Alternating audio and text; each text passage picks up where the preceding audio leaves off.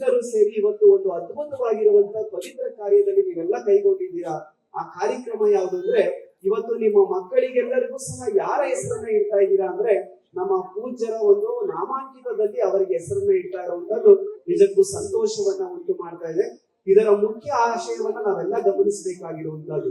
ಇವತ್ತು ಪರಮ ಪೂಜ್ಯ ಶಿವಕುಮಾರ ಮಹಾಶ್ರೀ ಯೋಗಿಗಳವರನ್ನ ನಾವು ನೇರವಾಗಿ ನೋಡಿದ್ದೀವಿ. ಅವರ ಅಮೃತ ಲಹರಿಯನ್ನ, ಅವರ ವಚನಗಳನ್ನ, ಅವರ ನಡೆನುಡಿ ಆಚಾರಗಳನ್ನ ನಾವು ನೇರವಾಗಿ ಸ್ಪಷ್ಟವಾಗಿ ಗ್ರಹಿಸಿದ್ದೇವೆ. ಆದ್ರೆ ಮುಂದಿನ ತಲೆಮಾರಿಗೆ, ಮುಂದಿನ ಪೀಳಿಗೆಗೆ ಅವರ ಹೆಸರು ಅಜರಾಮರಾಗಿ ಉಳಿಬೇಕು ಅಂತಕ್ಕಂಥದ್ದೇ ಈ ಕಾರ್ಯಕ್ರಮದ ಆಶಯ. ಅವರ ನಾಮಸ್ಮರಣೆಯಿಂದ ಒಂದಷ್ಟು ಅವರ ಬದುಕಿನ ತತ್ವಗಳನ್ನ ಸ್ಮರಣೆ ಮಾಡಿಕೊಳ್ಳುವಂತದ್ದು ಇದರ ಆಶಯವಾಗಿರುವಂತದ್ದು. ನಿಮ್ಗೆಲ್ಲ ಗೊತ್ತಿದೆ ಅಂದ್ರೆ, ಈ ಪರಮ ಪೂಜ್ಯರು ನಮ್ಮ ಸಿದ್ಧಗಂಗಾ ಕ್ಷೇತ್ರವನ್ನ ವಿವಿಧ ದಾಸೋಹ ಕ್ಷೇತ್ರಕ್ಕೆ ಒಂದು ಹೊಸ ಭಾಷೆಯನ್ನ ಬರೆಯುವಂತ ಕೆಲಸವನ್ನ ಮಾಡುವಂತದ್ದು. ಅವತ್ತಿನ ಸಂದರ್ಭದಲ್ಲಿ ನಮ್ಗೆಲ್ಲ ಗಮನಿಸಬೇಕಾದಂತ ಒಂದು ಸಮಯ ಅಂತಂದ್ರೆ, ನಾವು ಸ್ವಾತಂತ್ರ್ಯವನ್ನ ಗಳಿಸಿಕೊಂಡಂತ ಸಮಯ.